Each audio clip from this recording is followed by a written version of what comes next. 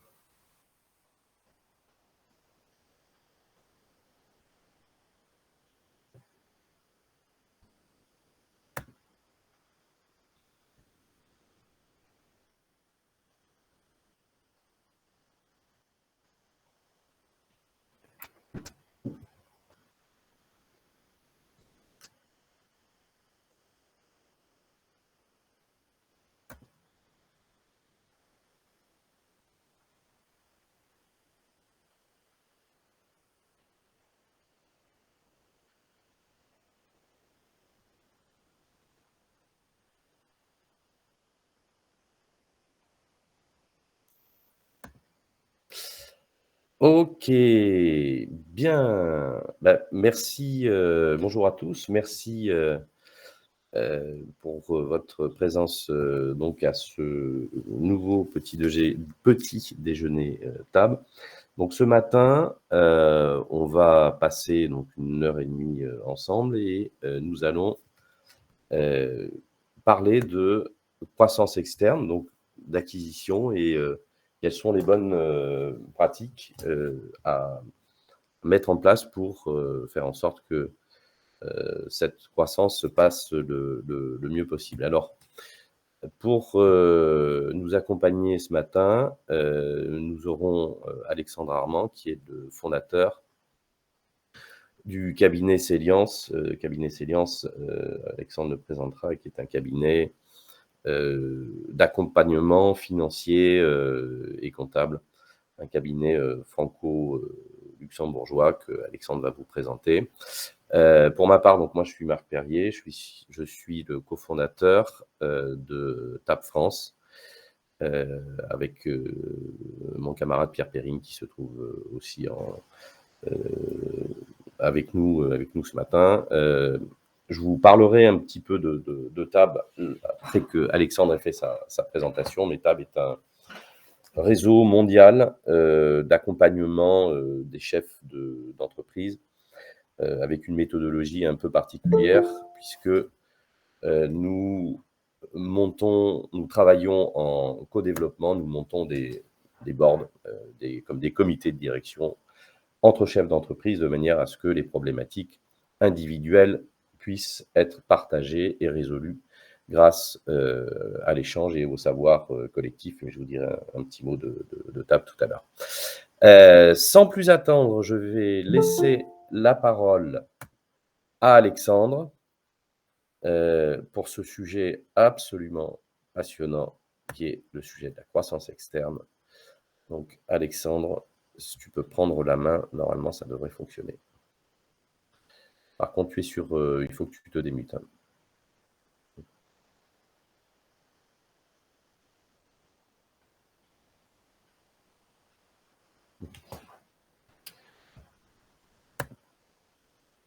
Ouais, il faut que tu te démutes.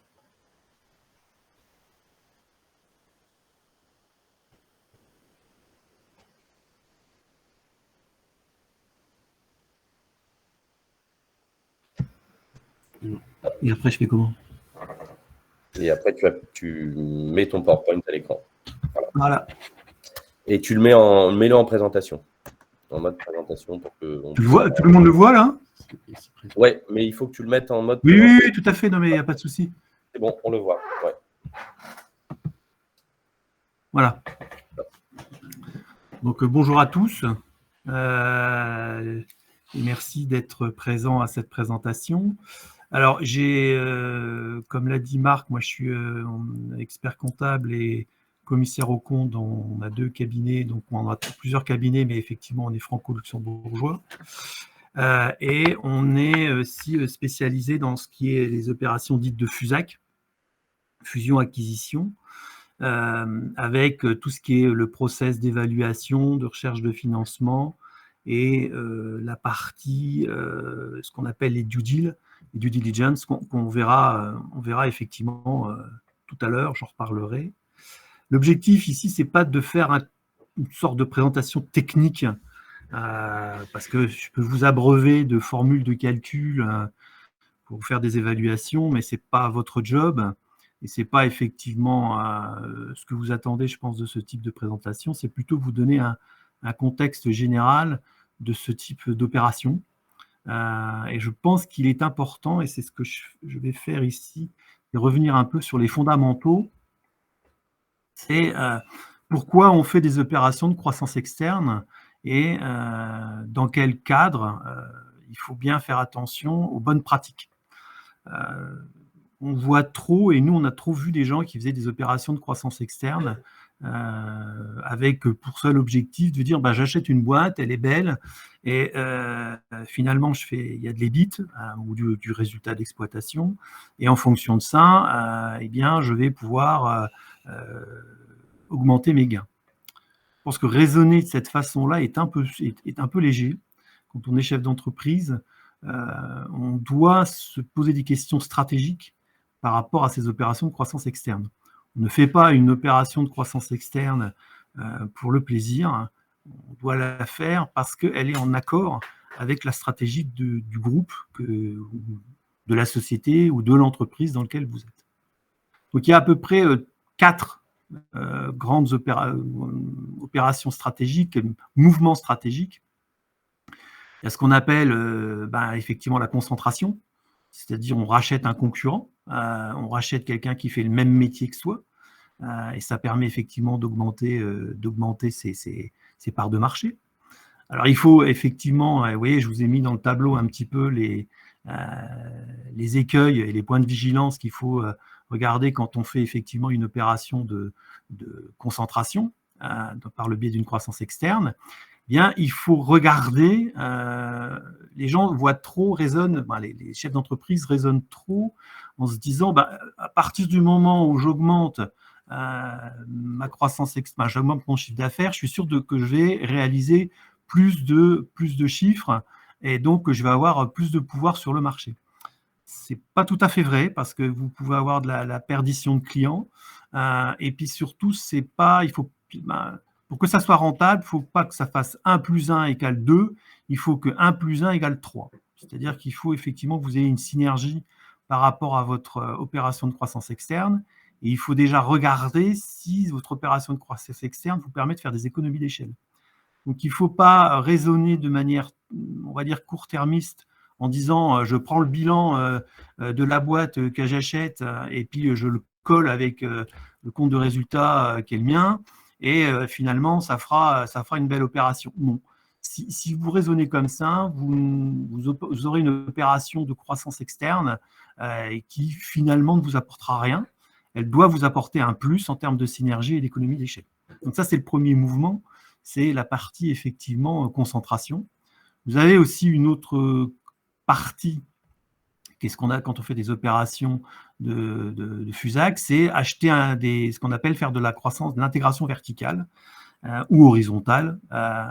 Et je vais plutôt parler d'intégration verticale dans le cas présent, soit par exemple vous achetez votre fournisseur parce que vous estimez que vous y avez un intérêt, soit vous êtes fournisseur et vous achetez votre client. Actuellement, par exemple, nous on est sur une opération de ce type, c'est-à-dire qu'on a un fournisseur de Galvin qui est en train d'acheter un de ses clients qui fait de la pose d'habillage externe de bâtiments en Galvin.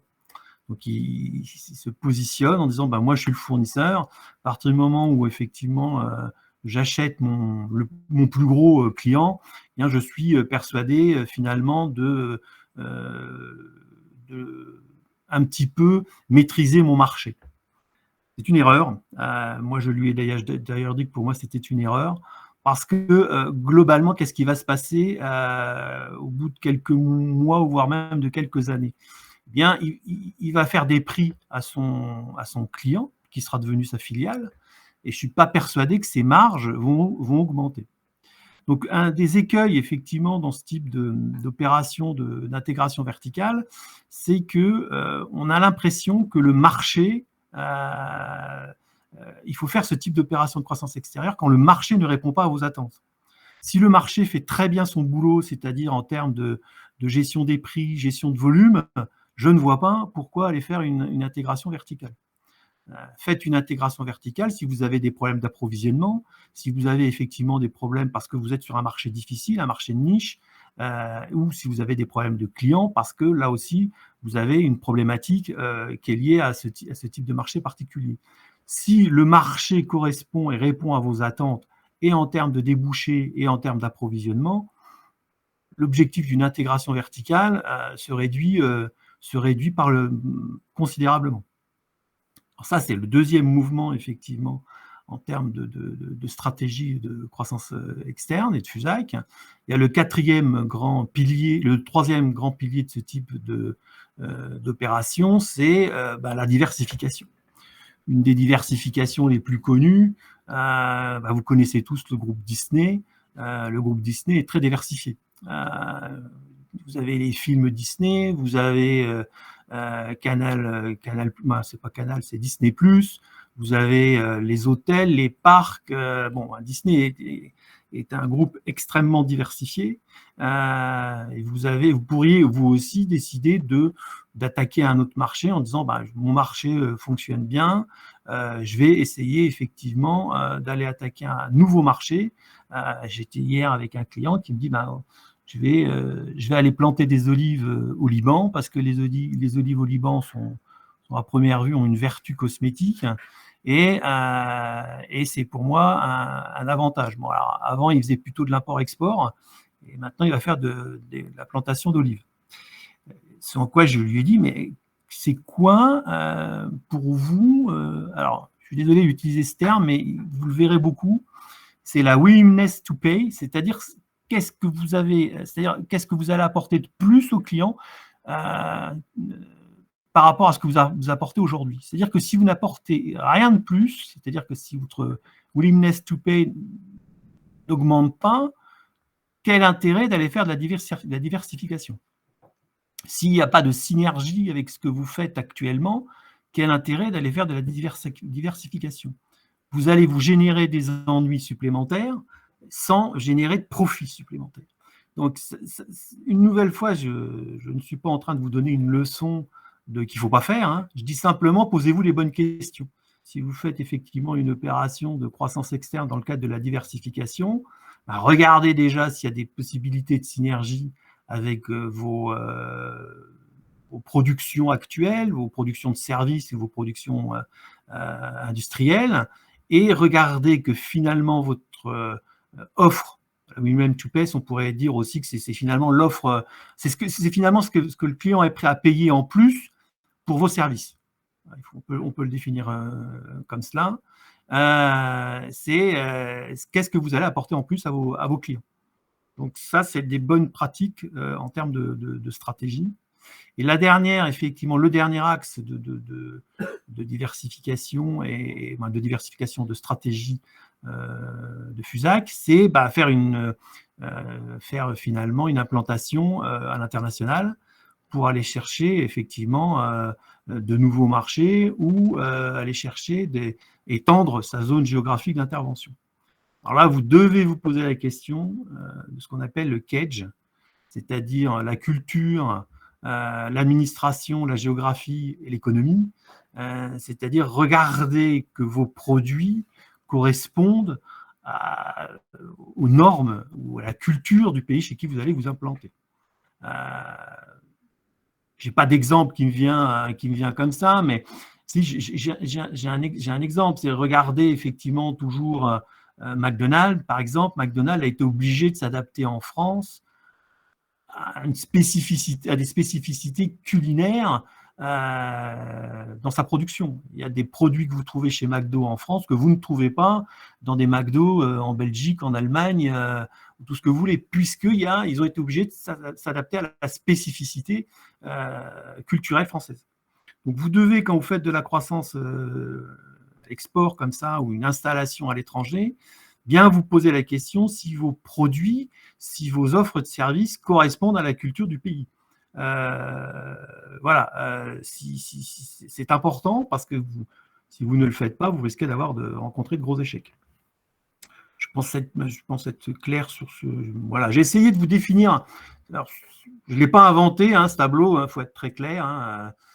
J'aurais bien aimé, mais c'est un tableau qui est une étude qui est faite par HEC, donc qui définit clairement dans ce tableau synthétique les 4 axes de développement quand on fait de la croissance externe et quand on fait de la FUSAC. Il y en a certainement d'autres, mais je pense que ce tableau synthétique permet déjà de bien comprendre que faire de l'opération de FUSAC ou de la croissance externe sans avoir réfléchi en amont sur sa stratégie, pour moi, ça constitue une erreur. Alors, soit vous avez de la chance, et tant mieux, et vous ferez une opération de croissance externe qui sera réussie, mais ça sera que de la chance. Soit vous n'aurez pas réfléchi effectivement à votre stratégie en amont, et vous risquez de connaître quelques déconvenues. C'est jamais... Voilà, quand on achète une entreprise, c'est pas comme si on achète une voiture, c'est pas comme si on achetait un nouveau vêtement ou une nouvelle paire de chaussures dans un magasin. C'est quand même un engagement, c'est quand même un poids, une responsabilité pour vous, et puis un engagement financier aussi. Alors, vous avez vu qu'il y a trois grands types je vous ai présenté les 4 axes de possibilités stratégiques d'opérations de FUSAC, mais vous avez aussi 3 façons de les faire. Et vous avez à la verticale tout ce qui est diversification, tout ce qui est implantation dans pays étrangers, tout ce qui est partie croissance, intégration verticale ou la partie concentration. Mais vous avez 3 façons de faire ce type d'opération. Soit vous faites de la croissance interne, c'est-à-dire ce qu'on appelle la croissance organique. Vous développez, vous allez vous installer dans un pays étranger, puis vous partez de zéro, et puis vous essayez de développer votre activité. Alors là, ça a un avantage, c'est continuer le contrôle, c'est-à-dire que c'est vous qui contrôlez votre process. Vous avez la conservation de l'intégralité des bénéfices, puisque c'est vous ou des pertes. Et effectivement, c'est assez simplifié. Je vais ouvrir un bureau, j'achète un atelier et je commence à produire. L'inconvénient de ce type d'opération, c'est que c'est lent. C'est globalement, effectivement, il faut du temps pour partir de zéro. Il y a des besoins de ressources et de compétences. C'est-à-dire il faut recruter, il faut effectivement trouver les gens, trouver les marchés, trouver les banquiers. Et vous pouvez vous confronter à ce que vous appelez les barrières à l'entrée, parce que vous avez certains marchés où, par exemple en France, ce n'est pas réglementé, puis quand vous irez vous installer effectivement à l'étranger, vous apercevrez qu'il y a une réglementation et que cette réglementation, effectivement, vous empêche d'ouvrir ou que l'investissement est tellement important pour vous installer sur le marché. Si par exemple vous allez installer une fonderie ou une sidérurgie vous verrez que c'est assez fortement capitalistique et que globalement, cette barrière capitalistique constitue un saut, un gap à franchir qui est important pour vous et que vous ne pouvez pas faire. Alors, pour ceux qui sont des économistes un petit peu qui ont de la culture économique, c'est ce qu'on appelle les barrières à l'entrée. Vous le retrouvez dans l'analyse de Porter, hein, par rapport à la concurrence. Et puis, vous pouvez avoir effectivement une concurrence accrue, c'est-à-dire qu'on ne vous attend pas sur le marché. Mais ça, je serais tenté de dire que c'est un peu généralement la barrière du type de croissance externe quand on va s'installer effectivement à l'international. Vous avez effectivement la possibilité de faire des alliances, hein, c'est-à-dire que de ne pas réaliser un investissement dans le cadre d'une FUSAC, mais de passer des joint ventures avec des clients, avec des fournisseurs, avec potentiellement, qu'est-ce que vous pouvez avoir? Vous pouvez avoir des distributeurs. Hein, on voit souvent ce type d'opération de joint venture quand on veut distribuer, hein, c'est-à-dire qu'on passe un accord avec un gros distributeur d'un pays et puis on partage les bénéfices. Donc effectivement, le plus de ce type d'opération, c'est qu'il y a un partage du risque et de l'investissement, puisque vous avez effectivement un partenaire qui partage avec vous les risques. Vous avez, ça peut générer des ressources complémentaires, ça c'est quand même un intérêt, c'est qu'à partir du moment où vous passez effectivement un accord avec un distributeur, vous allez faire des recettes supplémentaires.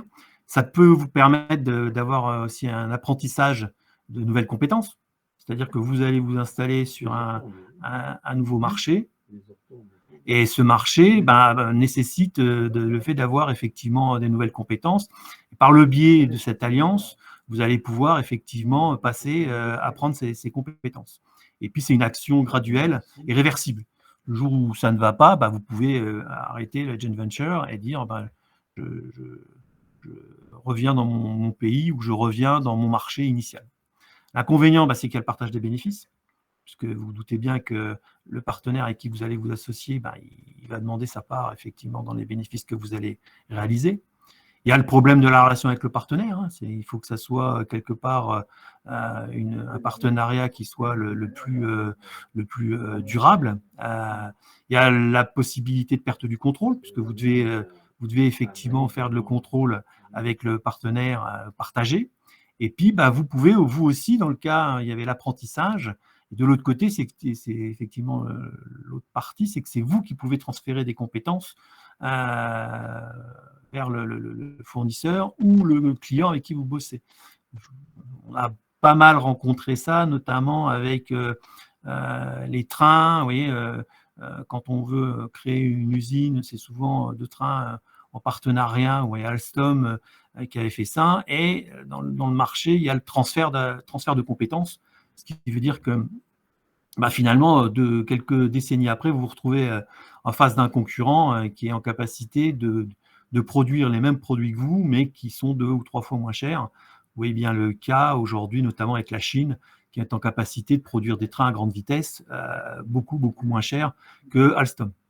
Alors effectivement, l'opération qui nous intéresse, c'est les opérations de FUSAC, plus sur cette partie-là qu'on va se plonger.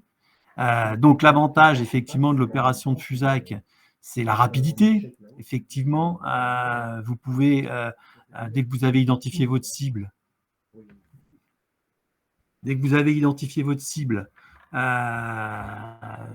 vous permet d'aller plus vite. Et vous allez effectivement la possibilité d'avoir un contrôle complet. C'est-à-dire que globalement, dès que vous avez fait l'acquisition de votre cible, vous pouvez, vous en avez le contrôle et vous avez la possibilité de prendre des décisions tout seul, sans avoir à le partager avec un partenaire. Vous faites rapidement l'acquisition de nouvelles compétences et ça n'a pas d'effet sur la concurrence. Alors pourquoi ça n'a pas d'effet sur la concurrence? Parce que l'entité que vous rachetez, elle est déjà dans le paysage. C'est pas un nouveau concurrent, c'est pas un nouveau effectivement acheteur ou vendeur, ou fournisseur ou client, on va dire. Il est déjà dans le paysage. Donc, ça n'a aucun impact sur la concurrence existante. L'inconvénient, c'est la prime d'acquisition. Alors, pourquoi on parle de prime d'acquisition? Parce que souvent, si vous voulez, le phénomène qu'on remarque dans des opérations de croissance externe, c'est que vous payez plus cher que la valeur réelle. C'est pour ça qu'on rajoute effectivement l'asymétrie de l'information. C'est-à-dire que vous doutez bien que pour le vendeur, ça vaut beaucoup plus que ce que vous ne le pensez. Et ça, c'est effectivement un des problèmes dans les opérations de FUSAC. Moi, j'appelle ça faire décoller la pulpe. C'est-à-dire, si vous voulez, faire comprendre à un vendeur que son entreprise, où il a passé sa vie, où il a passé, alors je parle d'opérations de FUSAC, de TPE, quand vous êtes dans des multinationales, la problématique n'est pas du tout la même. C'est lui faire comprendre que là où il a passé sa vie, ses dimanches, ses vacances, qu'il n'a pas vu grandir ses enfants, pour lui, ça a une valeur, mais ça a une valeur affective. Quand vous commencez à lui dire, oui, mais ça, l'affect, ça n'a pas de valeur. Concrètement, ce qui a de la valeur, c'est le financier. Et là, il a du mal à le comprendre. Donc, il faut effectivement, ce qui est logique, c'est humain, il faut rapprocher les points de vue. Donc, c'est quand même ce que j'appelle la prime d'acquisition et l'asymétrie de l'information. C'est pour moi quand même les deux freins essentiels aux opérations de FUSAC. Et puis, il y a des économies liées à la compression du temps. Alors, ça veut dire que vous êtes obligé d'aller très vite. Et finalement, des économies que vous auriez pu faire, vous ne les faites pas réellement parce que vous êtes obligé de prendre l'entreprise à bras-le-corps tout de suite. Donc voilà, ça, je pense que ces fondamentaux-là sont importants parce qu'il me semble indispensable. S'il n'y a que deux choses que je vous demande de retenir dans la présentation auquel j'ai le plaisir de vous faire ce matin, c'est ces deux tableaux. Parce que pour moi, tout est dit. Alors après, je vais vous montrer le process, mais dans ces deux tableaux, c'est pour moi les fondamentaux. Si vous ne travaillez pas sur ces fondamentaux-là, il y a de fortes chances que vous ne réussissiez pas votre opération de croissance externe. C'est de la bonne pratique, c'est de la logique. Et vous voyez, ça tient pas, c'est pas un bouquin de 400 pages, c'est 2 slides, dont une nouvelle fois, je ne suis pas l'auteur. Mais c'est important de bien les retenir. Alors, aujourd'hui, quel est le paysage effectivement du marché de la fusion-acquisition? Alors, il y a des opportunités. Alors, pourquoi il y a des opportunités? C'est dû à l'âge du capitaine, je serais tenté de dire. La grosse partie des chefs d'entreprise aujourd'hui ont entre, je crois que ça doit être à peu près 50%, ont entre 55 ans et 65 ans. Donc, je vous laisse imaginer l'impact en termes économiques si ces entreprises ne retrouvent pas de repreneurs. Donc, il y a beaucoup d'offres. Alors, un peu ralenti par le fait qu'il y a eu la crise Covid et les vendeurs ont bien compris que ce n'était pas le moment effectivement de vendre parce qu'ils auraient une décote. Mais il n'empêche qu'il y aura des opérations à réaliser, mais vous avez effectivement aussi des acheteurs. Donc, vous voyez qu'on a quand même une courbe qui donne une volumétrie. Alors là, c'est plutôt une volumétrie en milliards de dollars et qu'on a un haut depuis 2021. Parce qu'effectivement, le transfert générationnel augmente. Je crois aussi qu'on a l'avantage d'avoir des générations aujourd'hui qui préfèrent être entrepreneurs plutôt qu'une sorte de dilution du salariat. Et il faut effectivement que ces gens-là se rencontrent. Et quand ils se rencontrent, effectivement, ça donne des opérations. C'est aussi ce qui vous explique pourquoi tout le monde s'intéresse au marché de la FUSAC, que ce soit les CCI, l'État, les administrations, parce que c'est un enjeu social important. Si ce transfert ne se réalise pas, ça donnera lieu à des destructions d'emplois monumentales. Alors, je sais qu'aujourd'hui, c'est moins la problématique, étant donné qu'on a effectivement un marché du travail qui se portent plutôt bien, à condition qu'on veuille travailler, mais il n'en demeure pas moins que toutes ces entreprises qui ne trouveront pas de repreneurs, ça sera de la destruction de valeur.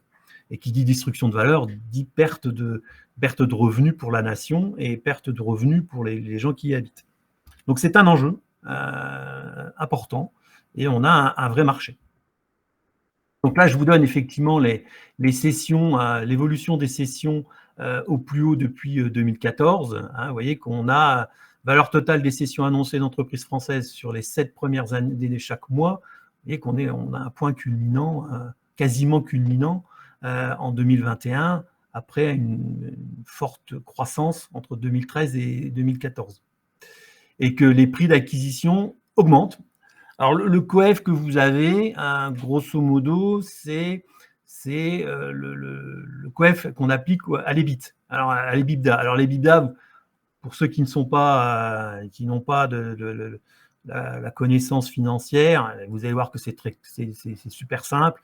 C'est à peu près le REX, le résultat d'exploitation. C'est-à-dire, vous prenez vos produits d'exploitation, moins vos charges d'exploitation, ça vous donne un REX, résultat d'exploitation. On multiplie effectivement ce résultat d'exploitation par 11,60 et on obtient le prix d'acquisition de votre boîte. Alors, ça n'est pas valable dans tous les secteurs, c'est une moyenne. Aujourd'hui, vous voulez acheter vous voulez vous rendre, vous voulez acquérir une entreprise de sécurité informatique, vous êtes à 25 fois l'EBIT. Il y a une forme d'engouement pour ce type d'entreprise qui pour moi est exagéré parce que 25 fois l'EBIT, ça veut dire qu'il faut amortir, il faut avoir une sacrée croissance pour amortir son investissement. Mais il n'en demeure pas moins que moi j'aurais une entreprise de sécurité informatique, je me dépêcherai de la vendre. Et a fortiori, vous avez vers le bas, c'est plutôt des entreprises, on va dire des COEF un peu plus bas. On va rencontrer des entreprises où l'intuitu personae, c'est-à-dire la valeur du dirigeant, a une grosse importance dans la valorisation de l'entreprise. C'est-à-dire que le dirigeant, si vous voulez, est très impliqué dans ses clients. Ça sera ce qu'on appelle un homme clé. Plus le dirigeant est un homme clé de l'entreprise, plus la valeur va diminuer.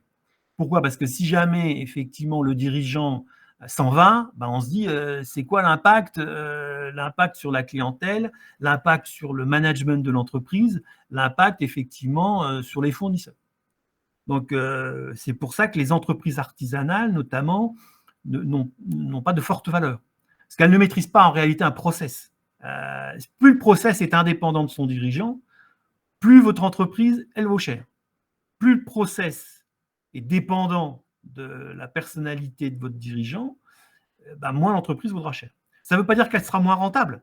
Vous pouvez avoir des entreprises qui sont très dépendantes de la qualité et, on va dire, du charisme du dirigeant et qui réalisent de belles performances économiques. Mais si vous enlevez ce dirigeant, vous n'aurez pas du tout la même performance. Par exemple, moi, je prends souvent comme exemple une entreprise de production de vitraux. Ça existe. C'est des entreprises qui sortent de belles rentabilités, ou des tailleurs de pierre, mais qui sont très liés à la capacité technique de leurs dirigeants. Et si vous enlevez le dirigeant, ce n'est pas moi demain qui irai effectivement faire un vitrail. J'en ai pas la capacité, et encore moins faire le tailleur de pierre sur les cathédrales. Donc faites attention à ça, mais on rencontre ce type aussi d'opération vous pouvez acheter une entreprise de conseil. Et si le conseil est très dépendant, notamment en stratégie, vous avez quelques boîtes de conseil qui sont très dépendantes de la qualité et de l'image de leurs dirigeants, si vous enlevez le dirigeant, vous n'aurez pas du tout la même aura vis-à-vis de la clientèle que lui n'avait.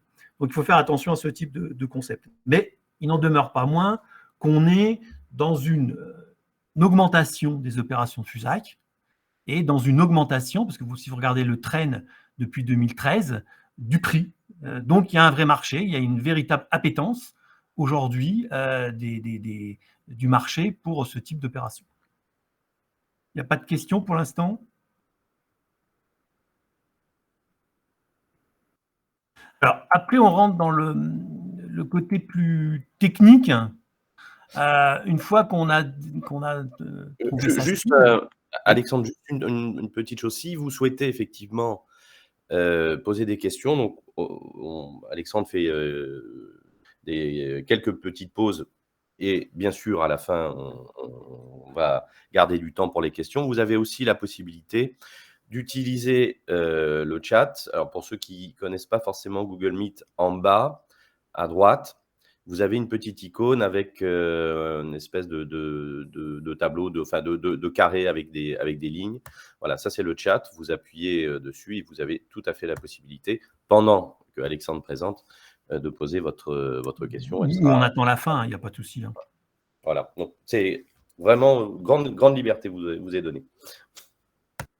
Donc là, je rentre un peu plus on va dire, dans la partie du moteur. Vous avez bien compris que la première partie de ma présentation, c'était de vous donner une vision du marché et une vision de la stratégie pour acheter faire une opération de FUSAC. Une fois que maintenant que vous avez identifié votre cible, eh bien, il faut bien fusionner, ou il faut bien l'acheter. Donc, il y a différentes techniques, effectivement, pour absorber une entreprise qu'on a décidé avec laquelle on a décidé une opération de FUSAC.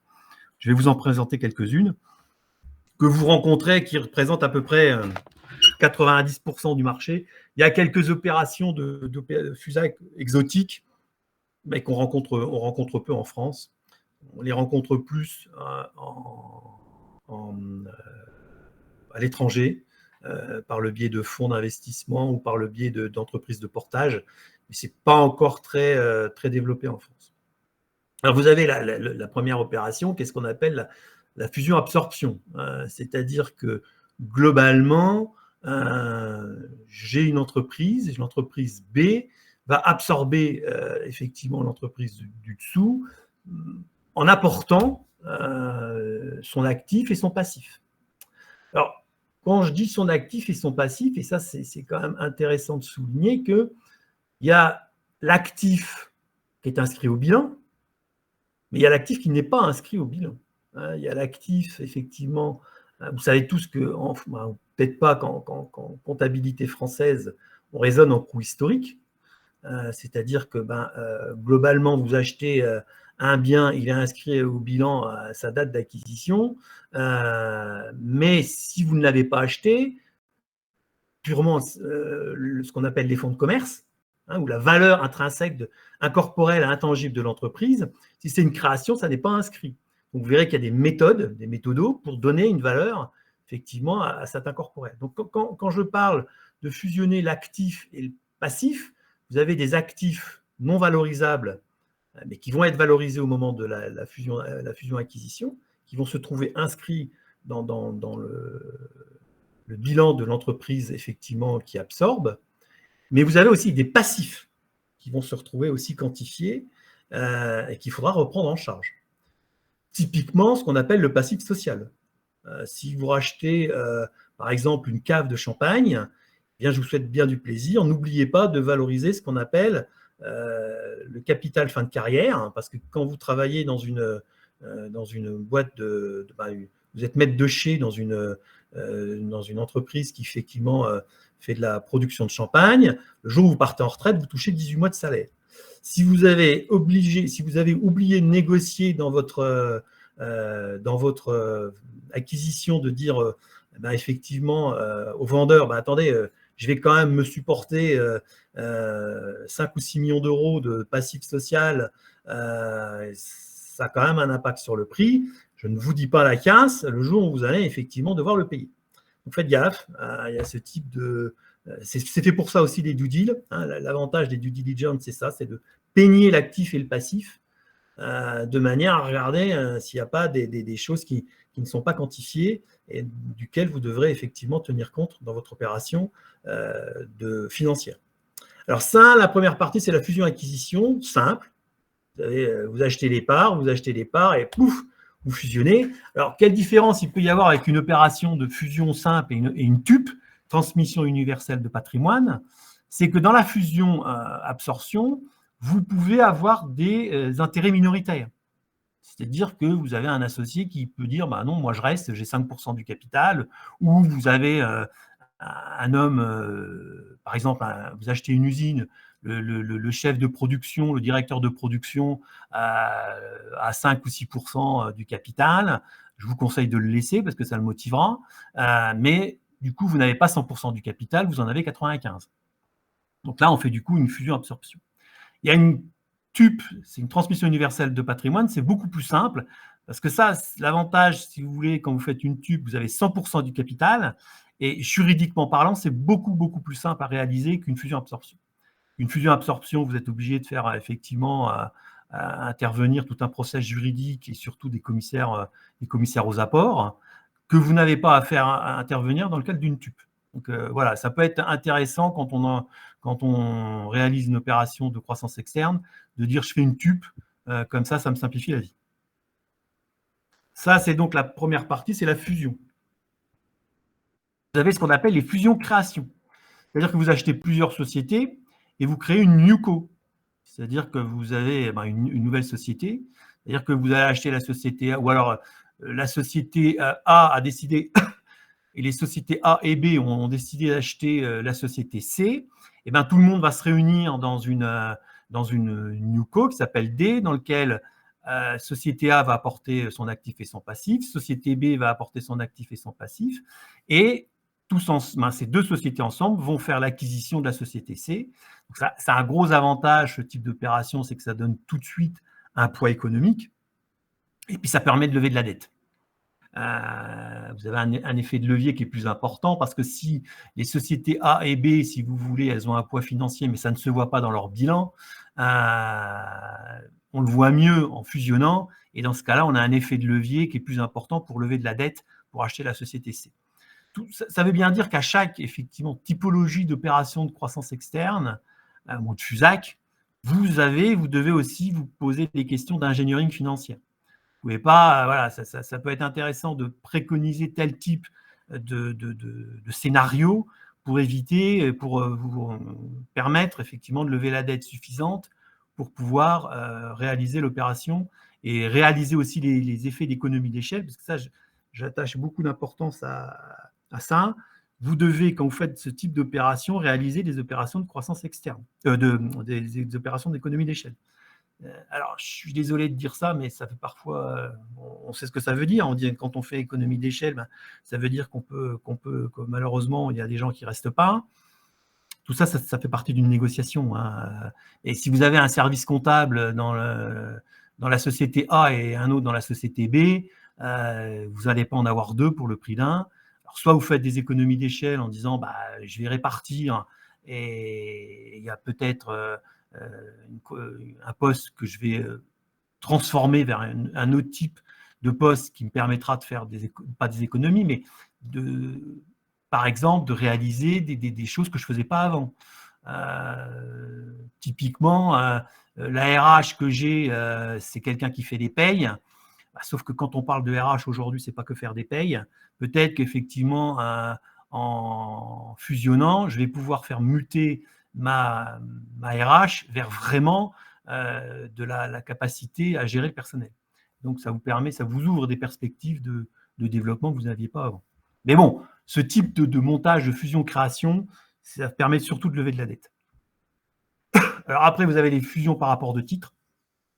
C'est-à-dire, alors ça c'est assez rare, c'est-à-dire qu'on ne s'échange pas des actifs et des passifs, on s'échange des titres de société.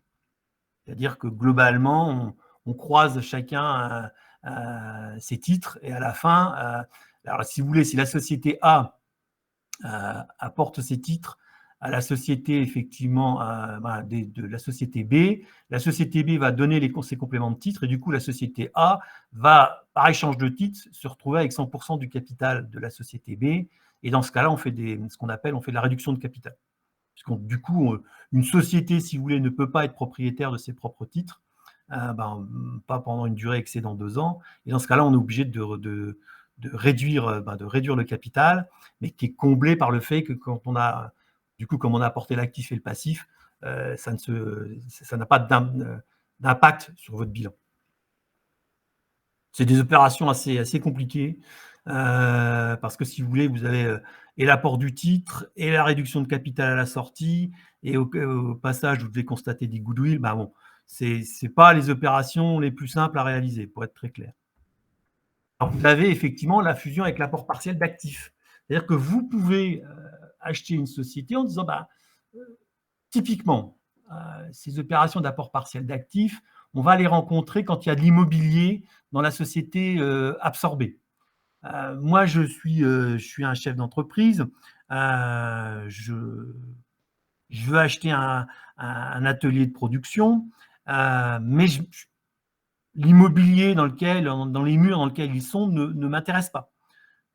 Parce que je peux dire, bah, attendez, moi, j'achète votre atelier de production, j'achète les gens, j'achète la compétence, j'achète le process, mais j'ai un autre atelier qui peut effectivement absorber largement en taille l'atelier que vous avez. J'ai un atelier de 1000 mètres, ben, je vais pouvoir tout mettre dedans. Qu'est-ce qui va se passer? Vous allez dire au cédant, ben, moi, votre bien immobilier ne m'intéresse pas.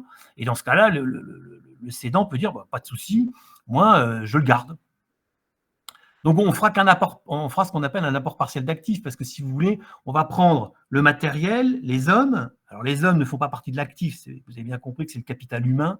On va prendre le stock, les clients, les fournisseurs, mais on va laisser dans le bilan de la société absorbée tout ce qui est la partie immobilière. Donc, dans ce cas-là, on a ce qu'on appelle un apport partiel d'actifs.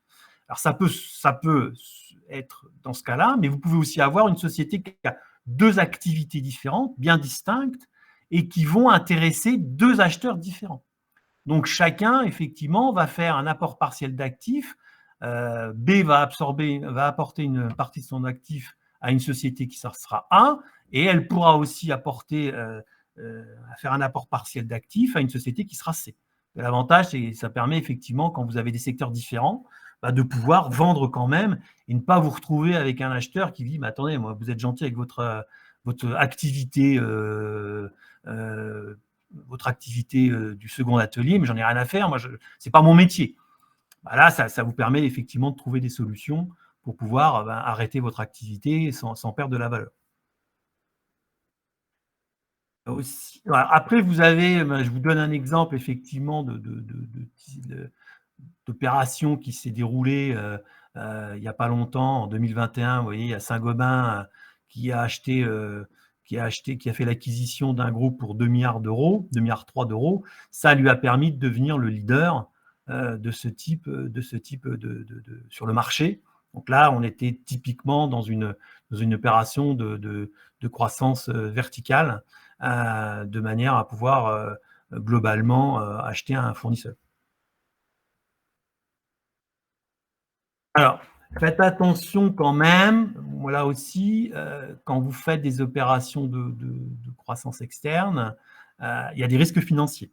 Je reprends un petit peu ce que je disais tout à l'heure. Vous avez des risques financiers de 4 ordres. La mauvaise valorisation relative, c'est-à-dire que vous rachetez un parc de matériel, il n'est pas peut-être valorisé au bilan. J'achète un stock, pas un stock, mais j'achète du matériel informatique. Tout le monde sait entre nous qu'une bécane informatique, au bout de 3 ans, elle vaut rien, quoi. Si vous achetez effectivement quelque chose, un actif avec beaucoup de numérique, il est fort probable que vous deviez plutôt le valoriser à 0 ou proche de 0 plutôt que lui donner ce qu'on appelle sa valeur nette comptable.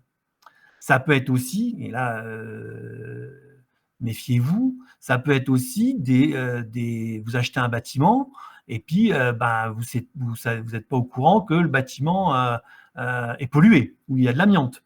Donc là aussi, vous risquez d'avoir une valorisation de l'actif qui n'est pas à la hauteur de ce que vous pensez, ou en tout cas de la valeur sur laquelle il est inscrit au bilan. Ça, c'est le premier type de risque financier. Le deuxième risque financier, c'est ce qu'on appelle effectivement des problèmes de formation et de surcoût que vous allez devoir intégrer par le fait que vous allez vous acheter une nouvelle activité. Et si vous avez des process de production qui sont différents, ou des process, vous savez, des process, il n'y en a pas que dans la production, il y en a aussi dans le service. Là, vous allez devoir former le personnel que vous achetez à ces nouveaux process. Et certainement faire peut-être des recrutements de manquants. Donc, ça va générer effectivement des surcoûts pour vous. Vous avez la mauvaise évaluation intrinsèque. Alors ça, c'est effectivement, mais là, ça pourrait que vous en vouloir à vous, c'est vous achetez une boîte et on vous l'a mal valorisée. Et du coup, vous vous retrouvez à payer une surcote par rapport à sa valeur marché. Aujourd'hui, vous achetez un cabinet d'expertise comptable. On sait tous qu'un cabinet d'expertise comptable, alors je parle de ce que je connais, si vous l'achetez effectivement à Paris, vous êtes plutôt sur un coef 95, 100% du chiffre d'affaires. Si vous l'achetez en province, vous allez plutôt être sur un coef 80, 85.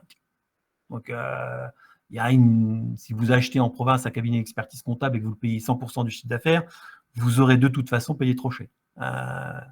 Alors, il y a les passifs latents, c'est ce que je vous parlais tout à l'heure. C'est par exemple le capital fin de carrière. Ça peut être aussi des prud'hommes qui ne sont pas valorisés au bilan. C'est-à-dire qu'on a oublié de vous dire au passage, je vais vous citer un exemple. J'ai participé en 2021. J'ai un client qui voulait acheter un centre de formation. Il achète, c'est pas une grosse opération, hein, le centre de formation, il valait 150 000 €. On n'était pas sur l'opération du siècle. Il nous a quand même demandé de jeter un coup d'œil et on s'est quand même aperçu que effectivement l'opération valait 150 000 balles, mais que grosso modo il n'était pas inscrit dans le bilan un passif latent de prud'homme de 300 000 balles.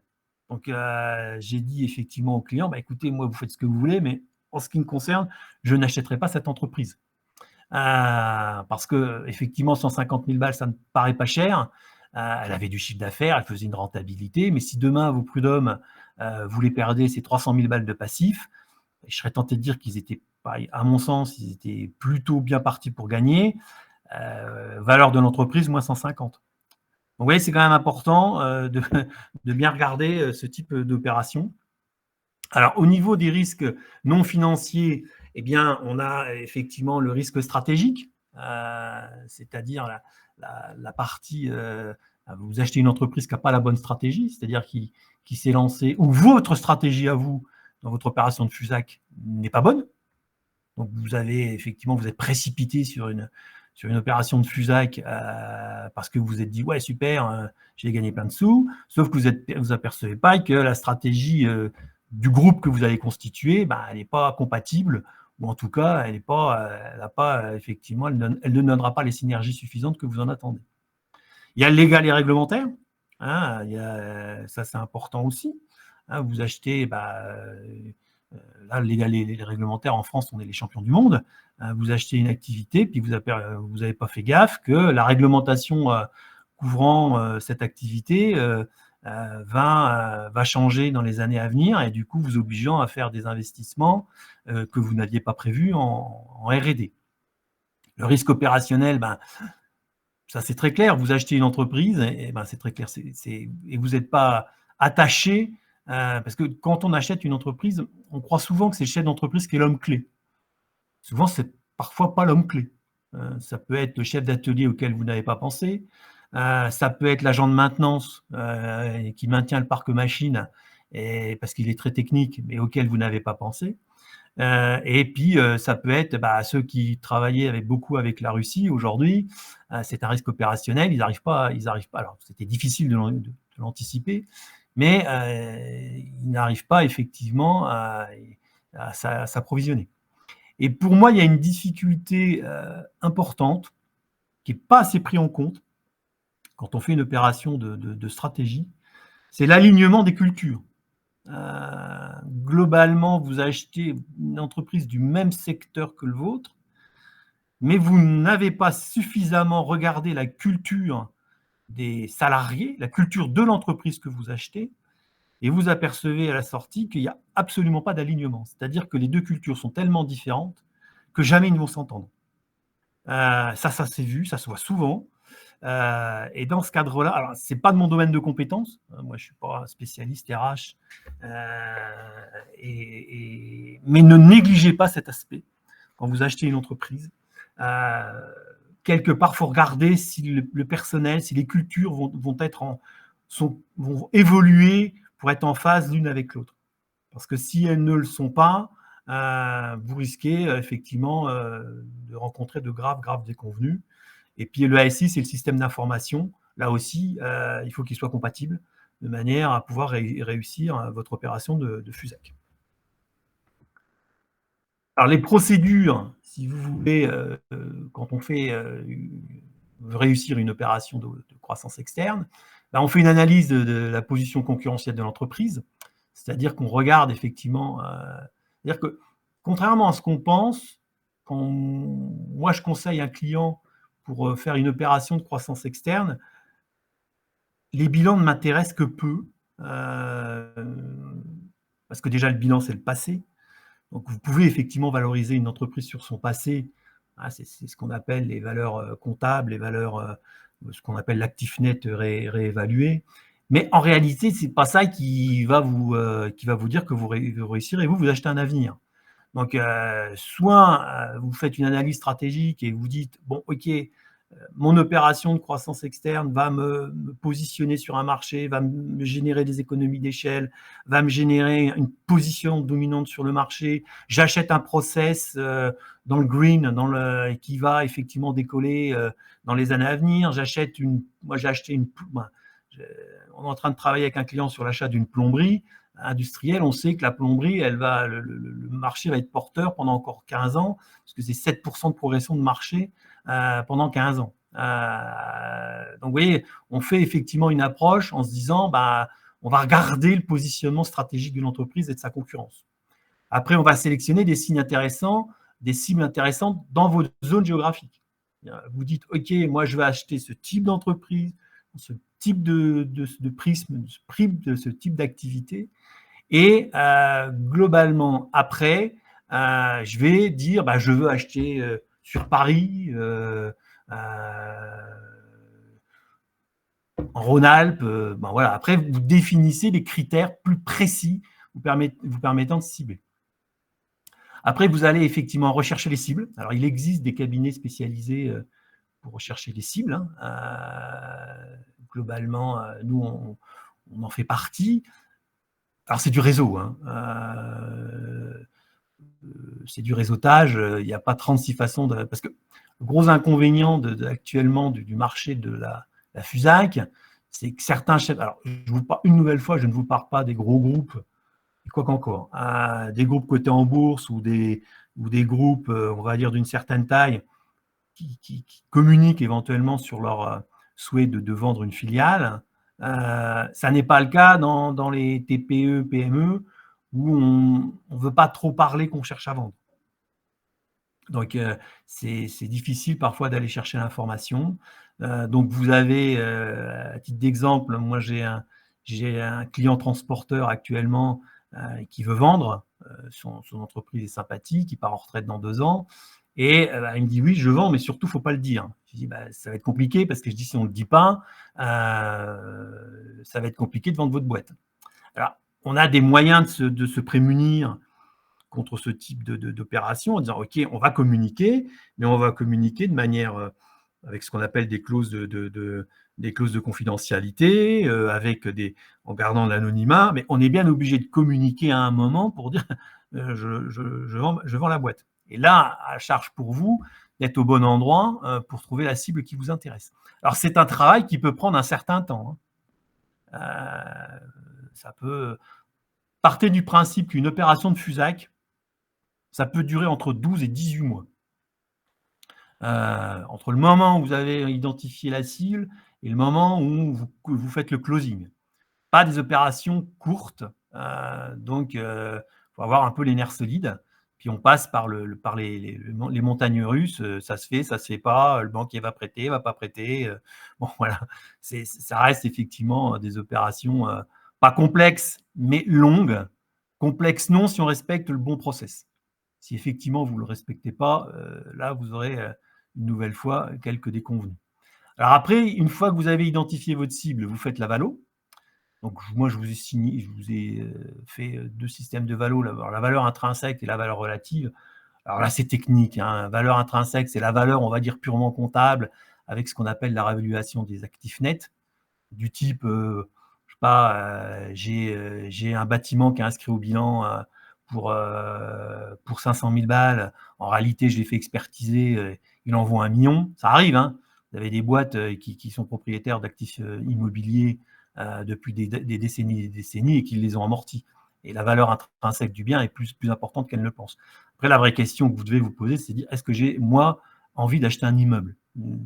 Pas persuadé. Faites gaffe à ça, hein. Il y a souvent, effectivement, on a parfois en France la boulimie de l'immobilier. On se dit, bah, je suis propriétaire de mon immeuble. Ouais, et alors, quand vous avez un immeuble très typique industriel, je ne sais pas ce que vous en ferez.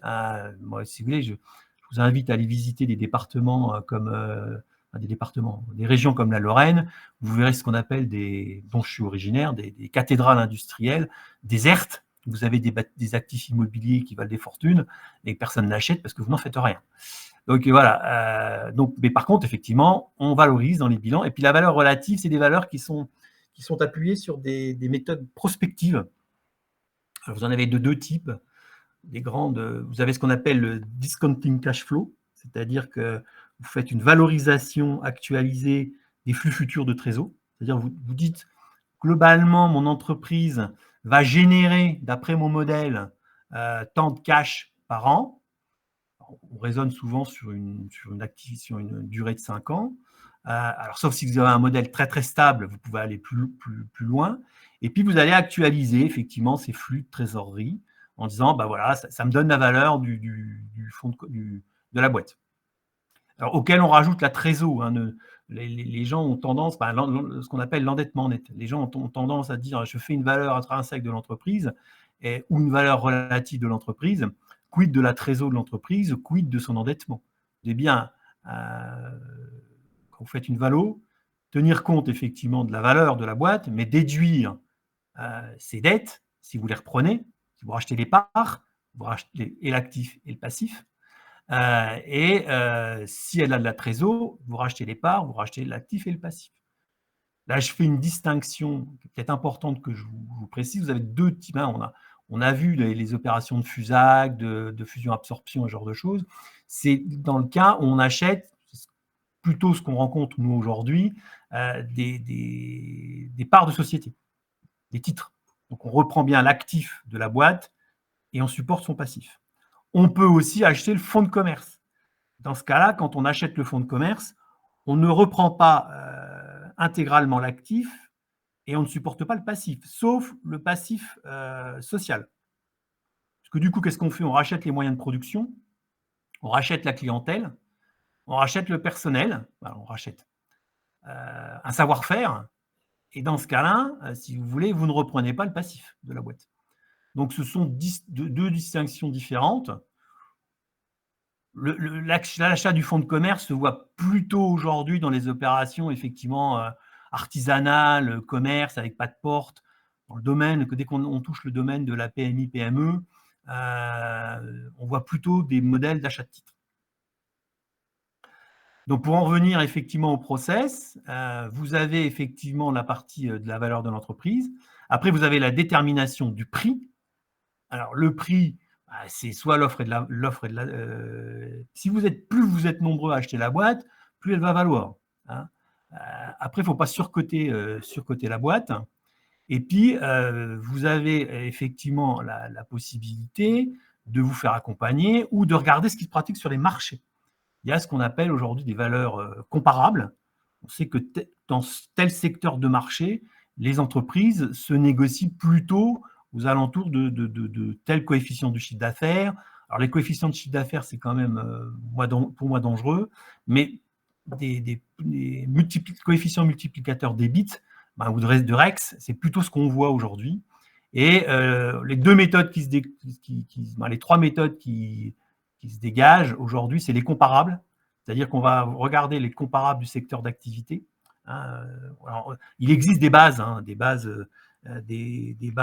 qui vous permettent d'identifier sur tel secteur. Nous, on est abonné à une base, on a les prix de tel type d'activité, à quel prix elles se sont négociées. Donc, c'est quand même bien parce que ça vous permet de ne pas surpayer. Quand vous n'avez pas de ce qu'on appelle de comparables, vous allez effectivement utiliser des comparables boursiers. Alors, ça va vous paraître peut-être un peu ambitieux, mais en réalité, on s'aperçoit que non. C'est-à-dire que quand vous prenez un secteur d'activité, vous allez, par exemple, acheter une boîte qui travaille dans n'importe quoi, dans la chimie. Vous allez dire, vous n'allez quand même pas me comparer cette boîte par rapport à un groupe comme Total qui fait de la chimie au niveau des coefficients. Et ben, vous apercevez que si, vous pouvez le faire, parce qu'en réalité, c'est la valo, elle ne tient pas compte de l'actif boursier, mais elle tient compte de l'activité. Et en appliquant des décotes par rapport au coef, alors c'est une technique, hein, eh bien vous tombez sur un prix approché qui est relativement fiable. Donc ça, c'est des valeurs prospectives. Et il y a la valeur du DCF, ce que je vous ai dit tout à l'heure, discounting cash flow. Et tout ça, ça vous donne un panel d'écriture, un panel de valo. Ne vous amusez pas à faire de moyenne. La plus grosse erreur, ça serait de dire bah, j'ai fait l'actif net, ça vaut tant, j'ai fait le discounting cash flow, ça vaut tant, j'ai fait la valeur comparable, ça vaut tant, donc le prix de la boîte, je prends, je divise par 3 et ça me donne. Non, ça vous donne une fourchette de négo, mais ça ne vous donnera jamais la valeur d'une entreprise, sa vraie valeur. C'est le prix que l'acheteur est prêt à vous la donner, enfin, l'acheteur est prêt à payer et le vendeur est prêt à vous la vendre. C'est-à-dire que c'est qu'au dernier moment où vous connaissez la valeur de la boîte. Et moi, je peux vous citer un tas d'exemples où, dans le même secteur d'activité, les ventes ne se sont pas du tout passées au même montant. Et parce que, bah, voilà, il y en a qui ont su mieux négocier que d'autres, et il y en a qui étaient finalement dans une position de dire moi, à la limite, la valeur de la boîte m'intéresse peu. Ce que je veux, c'est quand vous rencontrez un chef d'entreprise, ça arrive, hein, de plus en plus d'ailleurs, chef d'entreprise qui vous dit écoutez, moi j'en ai marre, je veux vraiment changer. Bon, gérer le personnel, ça me gave. Les clients, ça m'énerve. Donc, quand vous rencontrez ce type de chef d'entreprise, ben, c'est vrai qu'il est moins soucieux du prix. Ce qu'il veut, c'est se débarrasser de la mariée. Alors, il ne va pas la donner, hein, mais on peut bien négocier. Alors, avant effectivement de vous mettre d'accord sur un prix, n'oubliez pas ce qu'on appelle les due deals, hein, c'est-à-dire faire des audits d'acquisition. C'est-à-dire, vous êtes mis d'accord sur un prix, vous faites ce qu'on appelle une lettre d'intention au vendeur, mais vous dites au vendeur, attention, ce prix est conditionné à des due deals, c'est-à-dire un examen contradictoire des comptes de l'entreprise, cet examen contradictoire visant à voir s'il n'y a pas de cadavres dans les placards, comme je vous disais tout à l'heure, des risques prud'homaux qu'on a oublié de provisionner, un client qui doit de l'argent depuis 4 ans qu'on a oublié de passer en client douteux. Voilà, des stocks pourris. Moi, je me souviens, il y a quelques années, j'avais participé à l'achat d'un distributeur de pièces automobiles, qui avait un stock de plusieurs millions d'euros. Bon, bah, là-dedans, vous aviez des stocks d'AMI 8, de chevaux, de machin. Alors, vous allez me dire, intrinsèquement, ça vaut beaucoup d'argent. Aujourd'hui, effectivement, si on vendait ces stocks de manière, effectivement, pièce par pièce, ça aura une certaine valeur. Le groupe Cacheté, lui, il n'avait pas le temps de faire une valeur à l'unité de ces pièces d'AMI 8 et de 2 chevaux. Donc, on ne les a pas valorisés, on les a laissés à l'acheteur en disant, écoutez, au vendeur, en lui disant, écoutez, gardez votre stock. Nous, on le décote parce que lui, effectivement, continue à le compter en stock au prix d'achat. Hein. Donc, je ne vous dis pas, on avait on avait 200 000 balles de stock qui ne valaient rien. Hein. Intrinsèquement, qui valaient, on va dire pour nous, ça ne valait rien. Donc, on a décoté, mais on lui a dit, vous les gardez. Et puis, lui, il les a revendus. Hein. Il a fait son beurre avec. Mais nous, on n'a pas compté ce stock dans notre valo. Donc, ça, c'est fait pour ça, les due diligence. Et puis après, le dernier point, c'est les objectifs, c'est intégrer. Comment vous intégrez? Est-ce que vous faites une absorption comme on a vu tout à l'heure? Est-ce que effectivement vous faites une structure à part pour regarder effectivement dire je sépare quand même les deux activités? Et puis, vous avez la capacité, la possibilité de faire des holdings, c'est-à-dire dire, je crée une holding, cette holding, alors là, on tombe un peu dans l'ingénierie financière, cette holding, vous allez y loger les titres de votre boîte que vous aviez avant, vous faites un apport de titres, et puis vous allez faire un apport des titres de l'entreprise que vous achetez, et vous vous retrouvez avec une holding. Donc, le but d'une holding, c'est de gérer des titres. Et de cette entreprise de gestion de titres, eh bien, effectivement, elle va avoir pour objet de préparer une éventuelle revente pour vous, puisque vous pouvez, dans certains cas, être exonéré de plus-value. Alors voilà, hein, je fais un petit focus sur les diagnostics de l'entité et la valorisation de l'entreprise. Il faut faire attention, c'est pas les diagnostics de l'entité, c'est à ne pas confondre avec l'audit. C'est-à-dire que les gens, effectivement, les audits, c'est plutôt des audits comptables, sociaux, environnementaux, dans certains cas.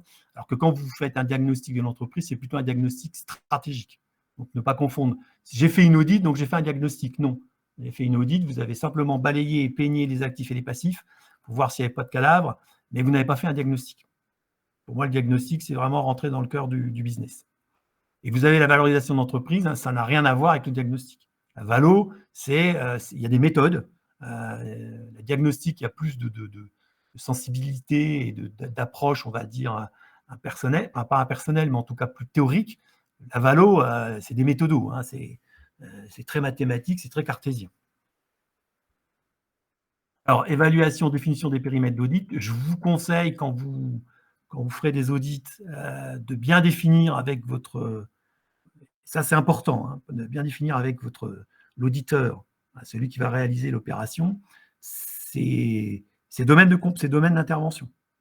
C'est-à-dire, il y a ce qu'on appelle des lettres de mission, et dans lequel l'auditeur doit s'engager sur un certain...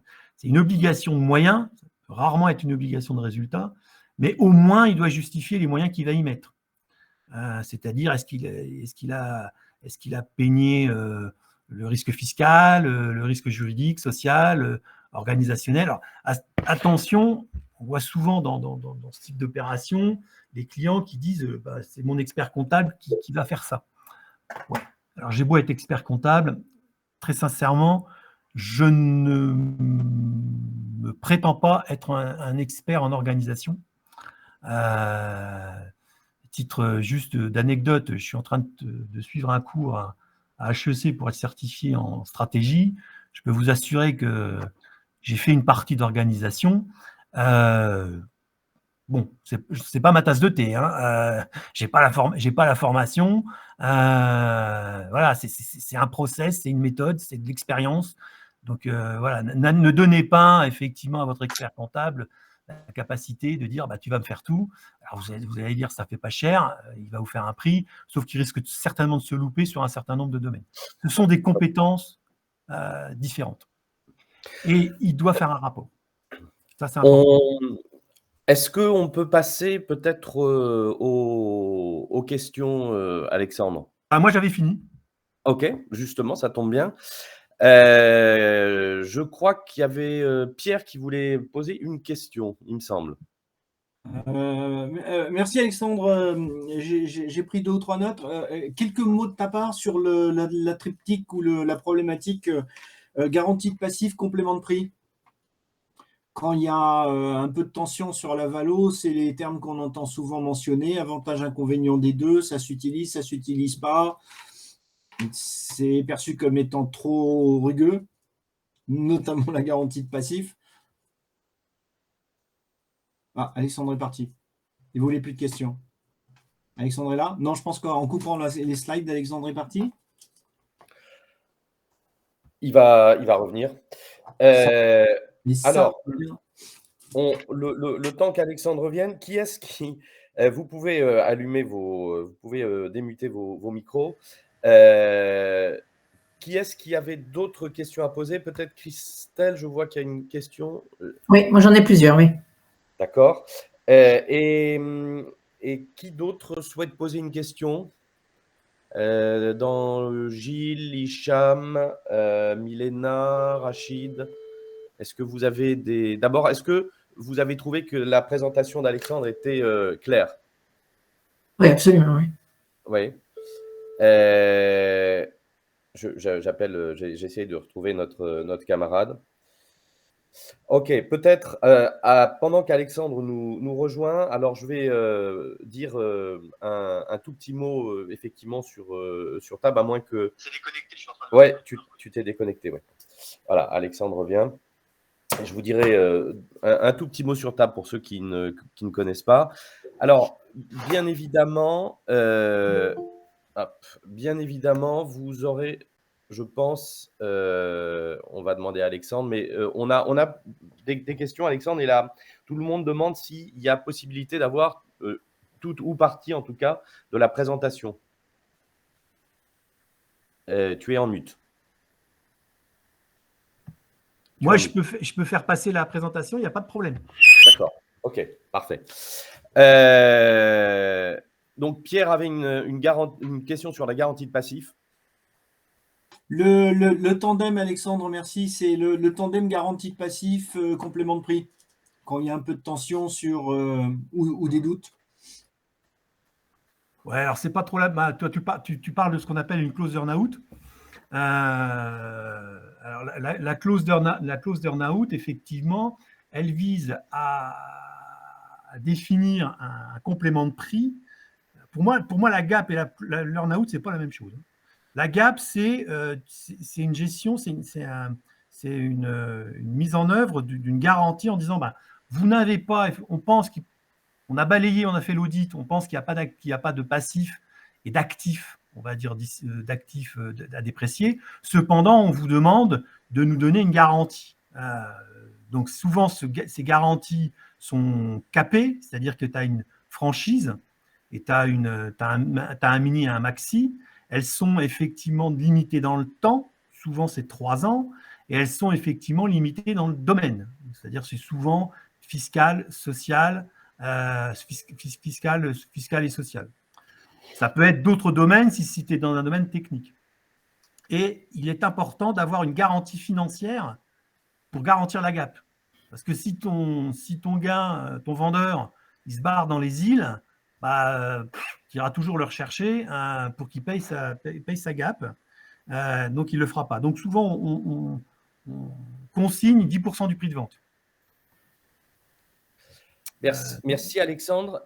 Christelle, tu avais une question ? Oui, merci Alexandre pour ta présentation. Attends, je vais me remettre en… Hop, voilà. En fait, j'avais 3 questions pour toi.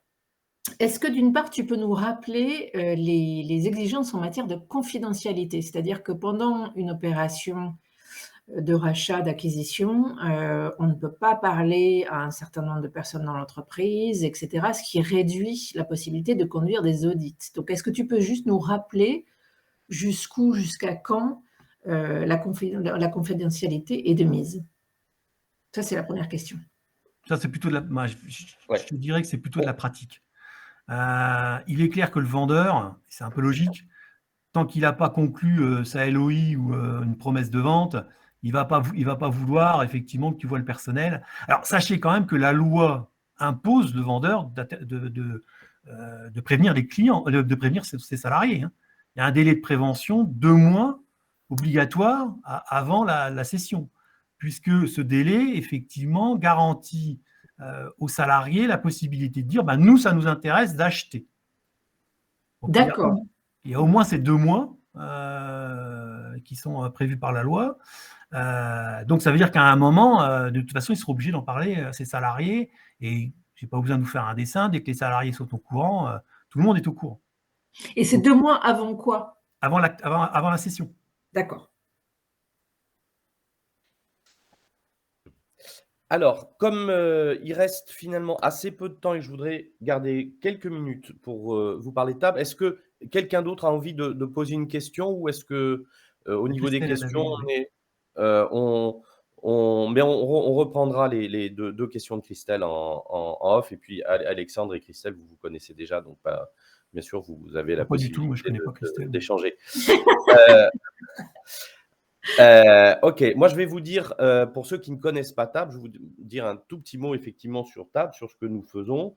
Et si vous avez l'envie de nous découvrir, je vous expliquerai comment vous pouvez le faire.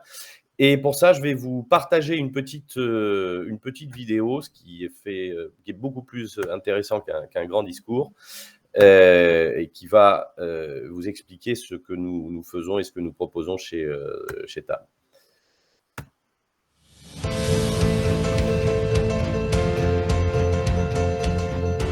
Elle accompagne les patrons de PME et PMI depuis 1990 dans le monde entier. TAB propose des réunions d'intelligence collective et des accompagnements individuels pour permettre aux entrepreneurs de développer et pérenniser leur société.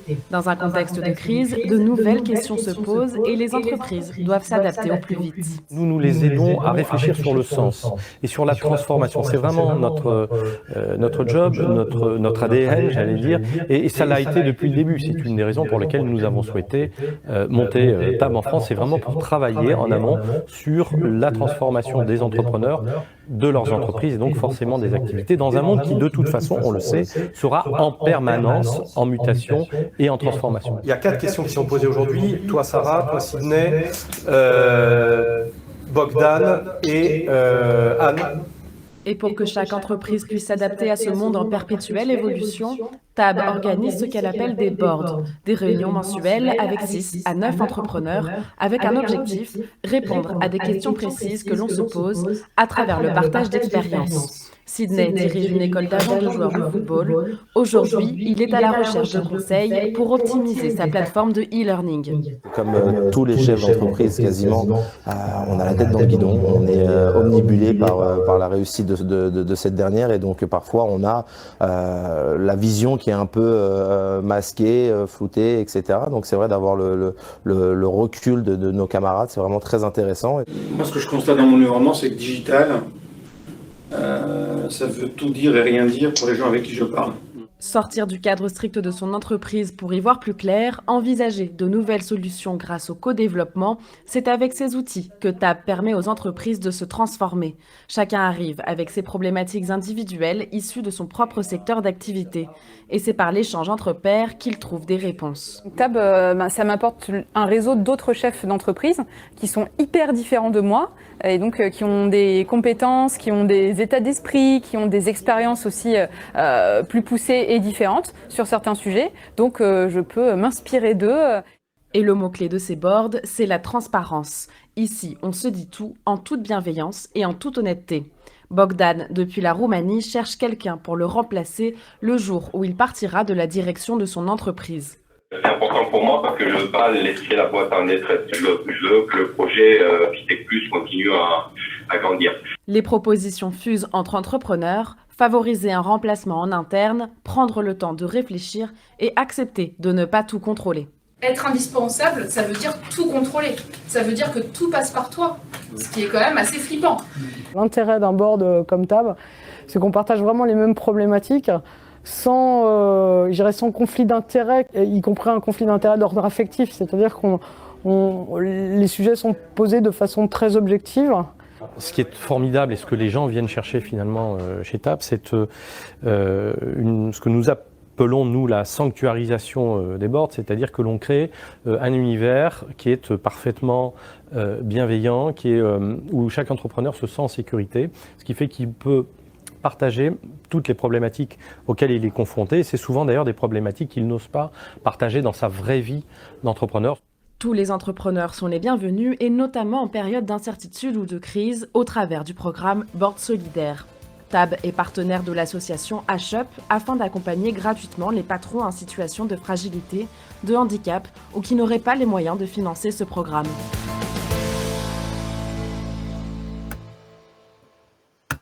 Voilà, donc je vais pas vous en dire plus parce que je pense que la présentation et le film est assez clair. Maintenant, ceux qui souhaitent en savoir un peu plus et découvrir ce qui se passe à l'intérieur d'un board, je pense que Oriane va vous envoyer un petit lien et on vous propose de venir vivre cette expérience-là. Donc, vous pouvez vous inscrire à un board pour tester et voir ce qui se passe. Donc, vous préparez une question, puis vous participerez autour de table. Et pour les personnes qui sont présentes ce matin, on le fait avec grand plaisir. Donc, n'hésitez pas. Cliquez sur le petit lien que vous a donné Oriane. Vous aurez ça aussi dans le mail qui vous sera envoyé avec la présentation d'Alexandre. Donc, n'hésitez pas à vous inscrire à un de ces boards découvertes. On vous accueille, bien sûr, avec grand plaisir. Voilà, il est, je pense, l'heure. Vraiment, je vous remercie. D'abord, je remercie Alexandre pour sa présentation, que j'ai vraiment trouvé très claire et très opérationnelle. Merci à tous d'être là ce matin. N'hésitez pas à vous inscrire. On fait des petits déjeuners régulièrement sur toutes les thématiques qui intéressent les chefs d'entreprise. Donc, n'hésitez pas à vous réinscrire. Merci à tous. Sachez que nous sommes présents sur Bordeaux, nous sommes présents sur Nantes, nous sommes présents sur Paris, région parisienne, bien sûr. Donc, je sais qu'il y a des gens de Nantes aujourd'hui. Il y a aussi des gens de Bordeaux, il y a des gens de Paris. Donc, merci à tous et puis on vous souhaite une très bonne semaine.